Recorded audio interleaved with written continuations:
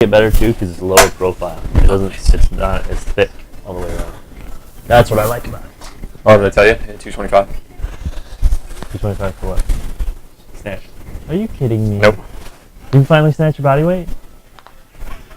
I mean. Oh, you fucking. Oh, I'm sorry. That's after Thanksgiving. Yeah. That'll be in a couple days. Go on, it was pretty funny. That was a good one. It was Dick, but funny. You made a fat joke. That was a good one. Oh, I haven't heard that before.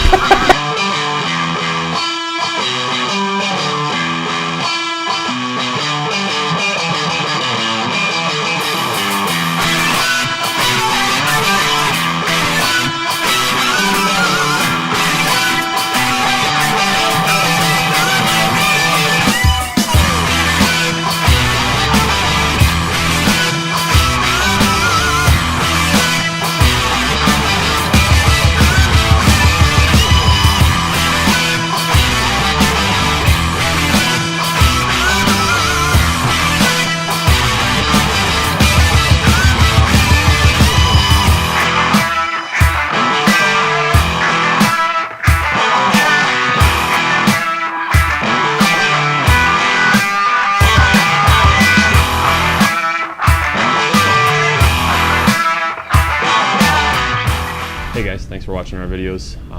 If you're listening to just the audio, head over to our website. We have the latest videos up every time. The one you're looking for is not there. Just head over to our YouTube page. That's where it'll be at. Don't forget, sign up for our newsletter, you get 10% off, you get exclusive weekly content, and first chance at giveaways, and sometimes we might just give away stuff for free. Don't forget to follow us on social media for some good times too. Hope you enjoy. Live with love.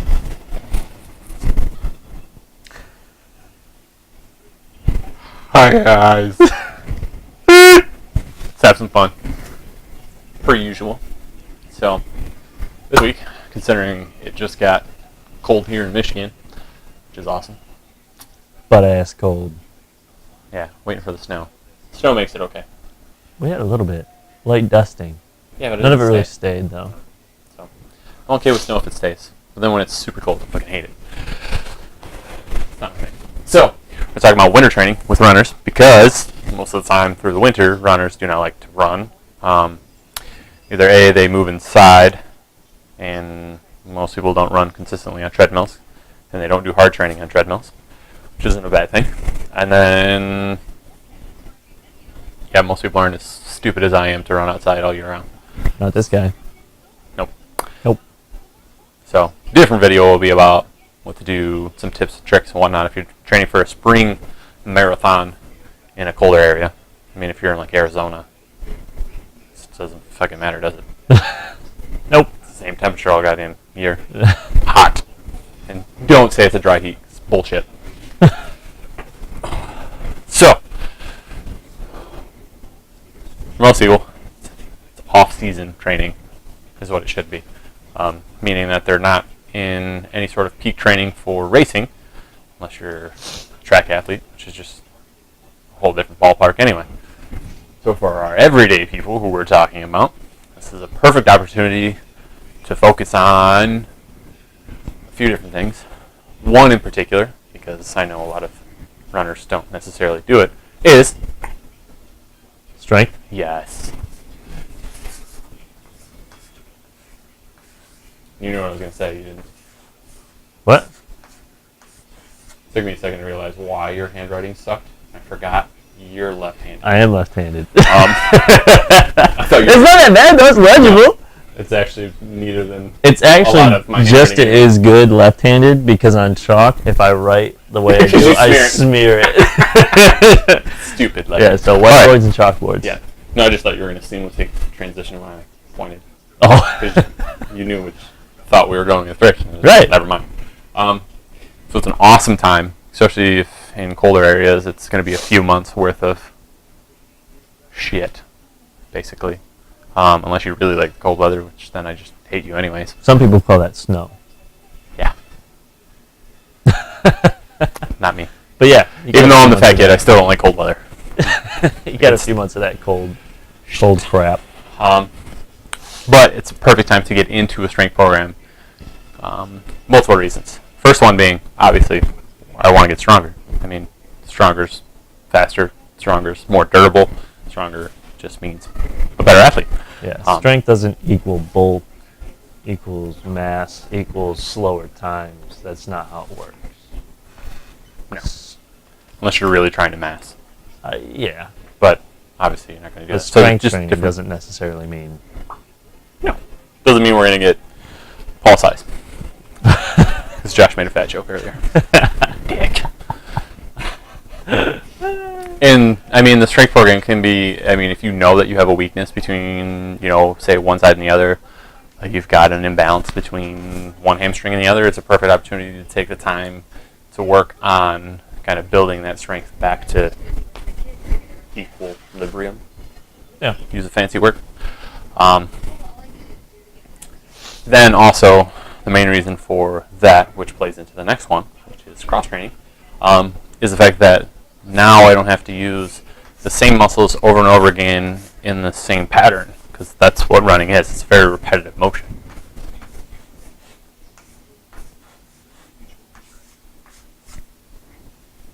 I feel like shit because you're right better than me. You're obviously that's another story. Because that's mine. Normal. Yeah, you're welcome. Thanks, guys. You're welcome. Don't make fun of my handwriting. That's why we talk about it, because it's not very legible. But cross training is awesome, guys. Use different muscles in different ways. So, say some biking. Wow. Biking. I meant to say biking or cycling, and it turned into one word. Biking. Biking. I like it. I actually kind of like that word. I like it. Pending trademark. All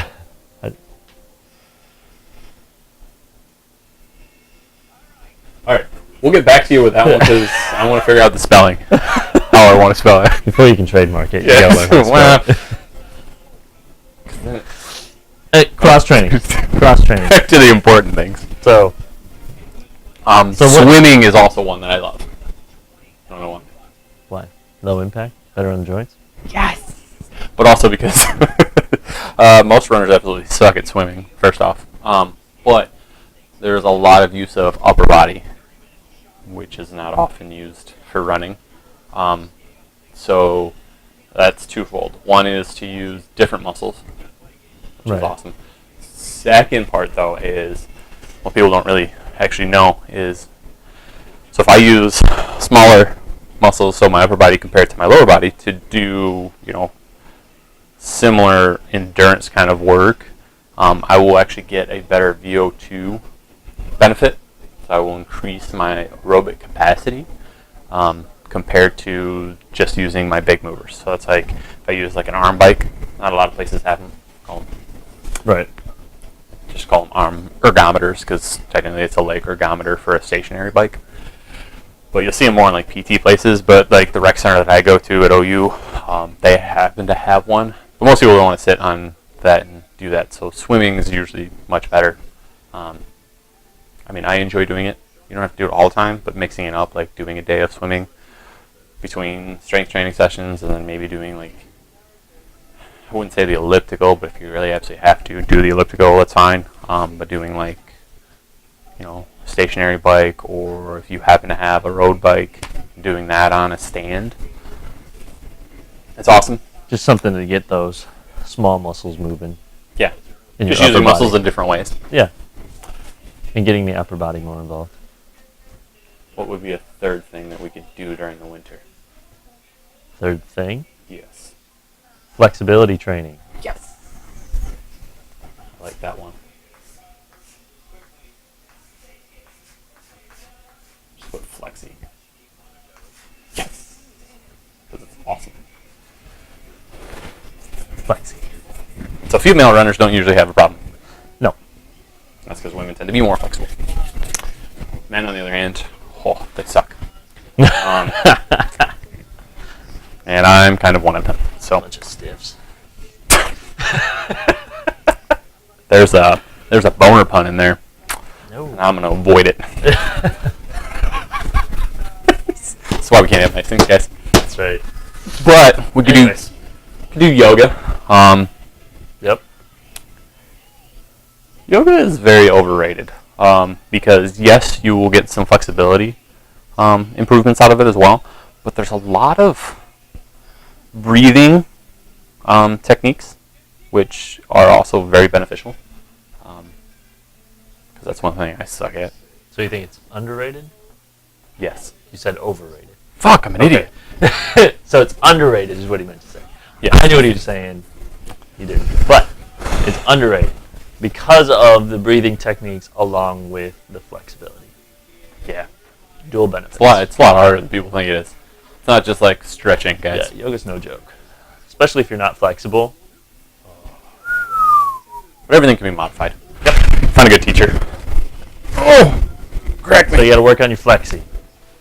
Get swollen flexi. So you can do, I mean, if you don't want to go to a class, as we wrote about one time that we recommend is Ramwad. It's a big old ROMWOD.com.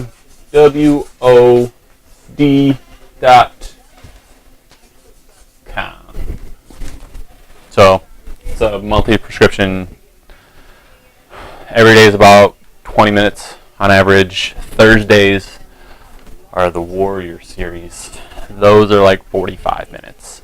So depending on your schedule, maybe you move those to the weekend, because that's what I like to do, because Thursdays I don't want to be doing those for an hour. So I save it for like a Saturday or Sunday. It's my favorite day to do it. Excuse me. But they're really easy to follow. They work on breathing techniques, they increase flexibility, and just overall athletic ability. They're awesome. I love it. I use it as frequently as I can, motivate myself. Which is more frequent lately. I used to be pretty bad about it. Got off it this week, but I get back on it.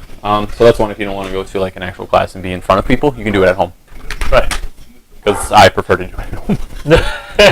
Well, plus, I mean, if you got a busy schedule anyway, or like you're hard pressed to get out of bed in the morning, that's another good thing too. That like you don't have to get up and go to the gym and then come back, shower, go to work or something like that. You can actually just get up, fit this in, and then hop in the shower and get on the road. Just something you can kind of easily removes fit. the travel time. Yeah, you could fit it into your schedule easier because you can do it all from home. Awesome. Okay, number 4. I got the first 3. What's the last one? You got the first 3. Oh, you're hilarious. Jackass. Okay. It's going to follow the lines of the flexi part. So runners see it as an inevitability that they will have an injury. It shouldn't be that way, but sometimes it happens. A lot of people are winding down off their season, so they're trying to just rest for injuries. I would take it as a time. So let's do this as injury rehab. Is I guess how we'll put it.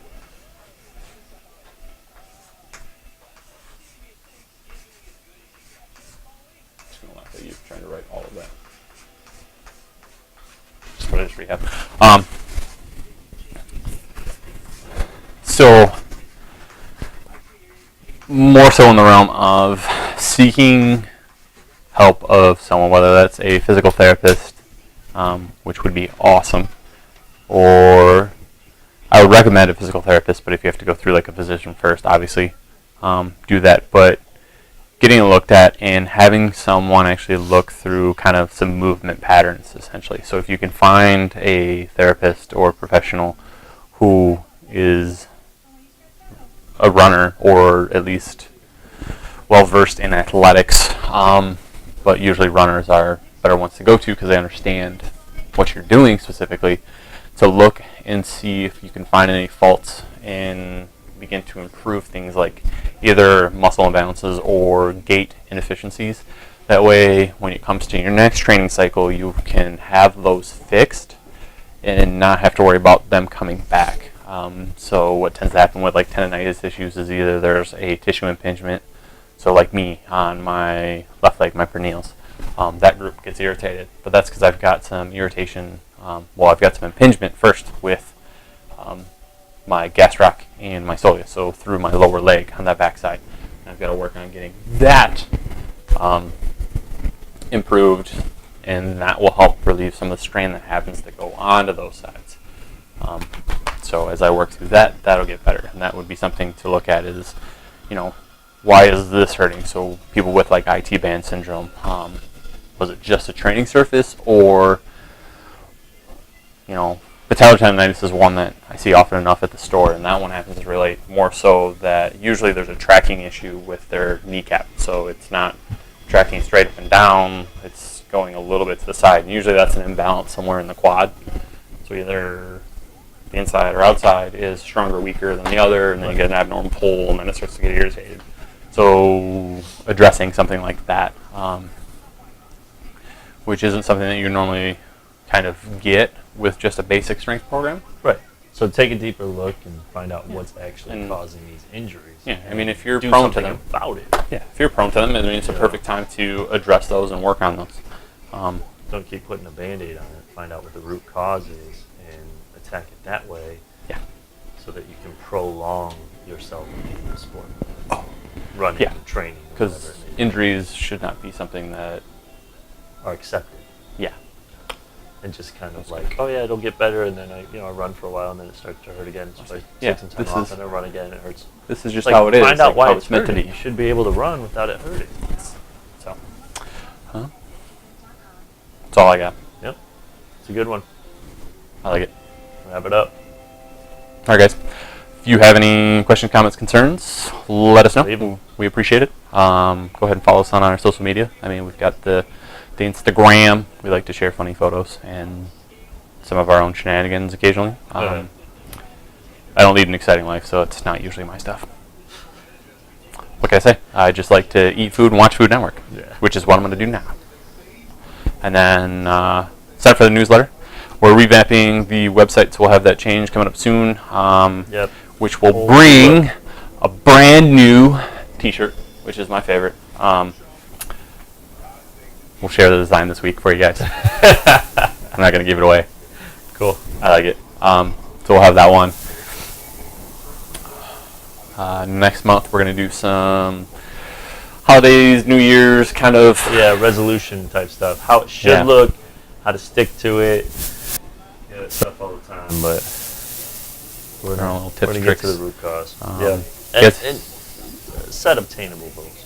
Yeah, we'll talk about That's it. What we're gonna but if you have any questions or ideas for what you want us to talk about, let us know on those as well. We always like hearing from you guys. Yep. As always, live, lift, love. Take it easy.